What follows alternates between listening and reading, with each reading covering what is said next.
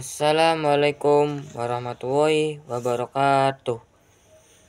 Yang terhormat Abi Anif Umidah selaku pengasuh Pondok Pesantren Laraiba Hanifidah, dan tak lupa sayangi kedua orang tua saya. Semoga saya selalu, amin. Di sini aku mempresentasikan tentang adab membaca Al-Quran yang kedua. Yang kemarin kan yang pertama. Ini yang kemarin.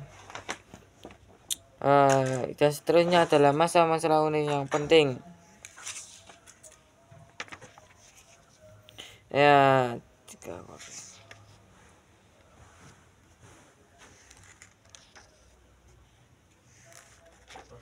oke, langsung yang pertama, melafalkan ayat Al-Quran dengan maksud berbicara. Diriwayatkan Ibrahim Al-Nawawi dan kemudian suaranya membaca. Diriwayatkan dari Hukaim bin Sa'ad bahwa seorang dari mahkamah pernah mendatang Ali. Yang kedua adalah ketika membaca Al-Quran sambil berjalan. Ketika membaca Al-Quran sambil berjalan, lalu melewati suatu kaum, hendaknya yang menghentikan bacaannya, mengucapkan salam ketika mereka meneruskan bacaannya. Dan lanjutnya, tidak mengapa berdiri untuk menghormati seseorang yang memiliki keutamaan.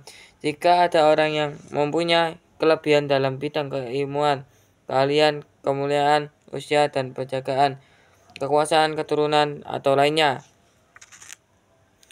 Dan terusnya adalah ketentuan penting yang terkait oleh qiraah. Qiraah pada surat mahfuznya wajib, hukumnya wajib berdasarkan ijma ulama. Dan seterusnya adalah membaca beberapa surat yang surah dalam satu rakaat. Tidak mengapa membaca beberapa surah dalam satu rakaat, tetap riwayat yang as-sahihnya dari Abdullah bin Mas'ud. Dia berkata, aku tahu beberapa contoh yang pernah dilakukan Rasulullah.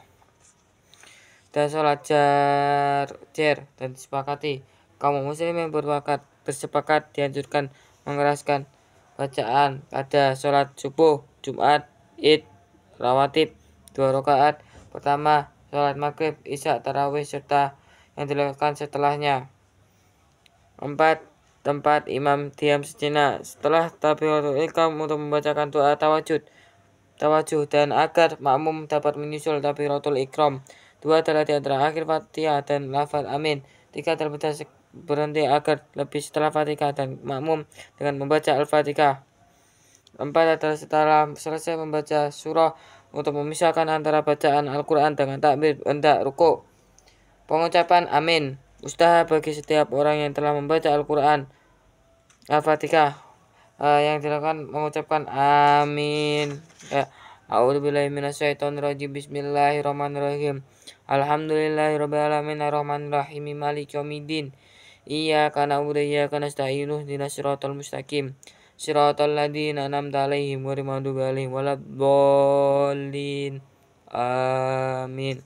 Nah, seperti itu. Dan selanjutnya